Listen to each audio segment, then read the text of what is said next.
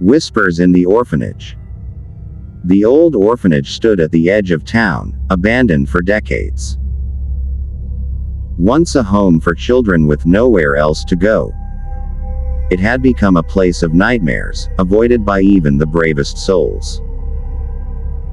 The villagers whispered about the voices that echoed through its rotting halls, the flickering lights in its shattered windows, and the shadows that moved when no one was inside. For Lisa, the orphanage was more than just a local ghost story.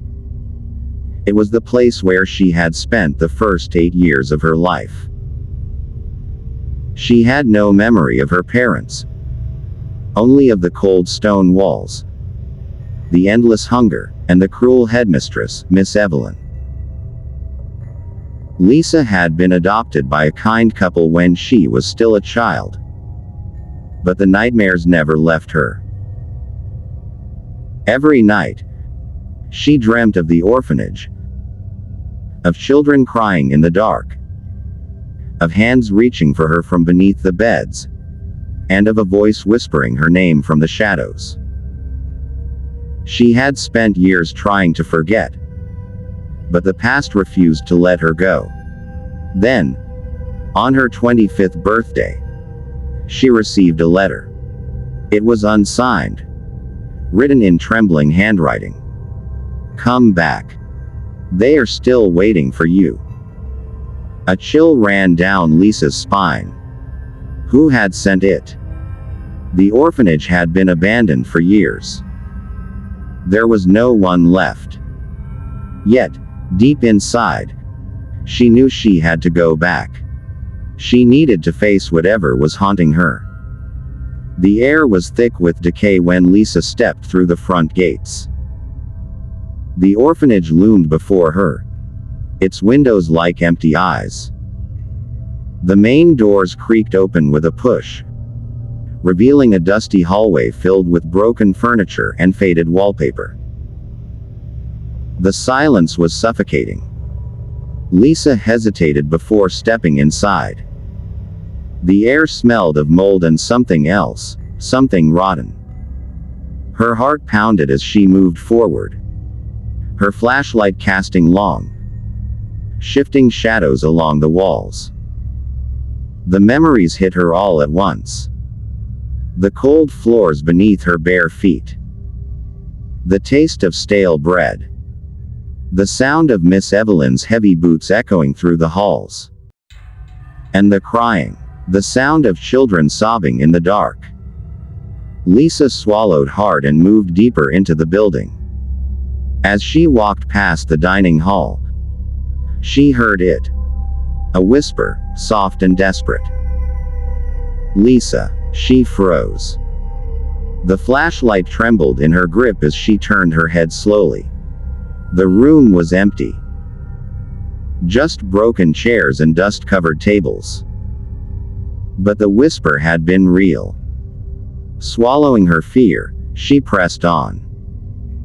She needed to see her old bedroom, the place where the nightmares always ended. As she climbed the staircase, the whispers grew louder. They came from the walls, the floor, the ceiling. Some were crying. Some were laughing. Some were screaming. By the time she reached the second floor, her hands were shaking. The hallway stretched before her, lined with doors that led to the children's rooms. Lisa counted them in her mind. 1, 2, 3. The fourth door. Her old room. She reached for the doorknob, but before she could touch it, the door creaked open on its own. The room was exactly as she remembered. Small, with 2 bunk beds and a single window. The air inside was thick with dust, and the scent of mildew clung to everything. And then she saw them. Children, pale, hollow-eyed, and covered in bruises.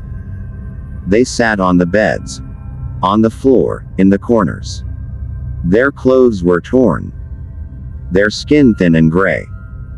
They stared at her with empty, sorrowful eyes. Lisa's breath caught in her throat. She tried to step back, but the door slammed shut behind her. The whispers turned into sobs. "You left us," one of the children said. His voice was barely more than a whisper, but it sent ice through Lisa's veins. She shook her head. "No, I was adopted." "I didn't know. You forgot us," another child whispered, crawling toward her on shaking limbs. "You let her hurt us." Lisa's eyes filled with tears. Who hurt you?" The children pointed behind her. Lisa turned, her heart hammering, and there she was. Miss Evelyn. She stood in the doorway, just as Lisa remembered. Tall, thin, with piercing black eyes and a cruel smile. But her skin was wrong. It was gray, cracked like old porcelain. Her mouth was too wide, stretching into a grin that was anything but human. Lisa's breath came in ragged gasps. "No. You're dead. You..." Miss Evelyn took a step forward, and the children whimpered. "Did you think you could escape, Lisa?" Her voice rasped, dry as dead leaves. "You were always my favorite." Lisa backed away, but the children clung to her, their cold fingers grasping her arms, her legs. Miss Evelyn's grin widened. "Now, it's time to come home." The lights flickered, the walls groaned, and the darkness swallowed her whole. Days later, the villagers noticed the orphanage lights flickering again. Some claimed they heard voices, children laughing and crying in the wind. No one ever saw Lisa again. But if you listen closely at night, beneath the howling wind, you might hear her voice whispering from the old orphanage, crying, begging, waiting.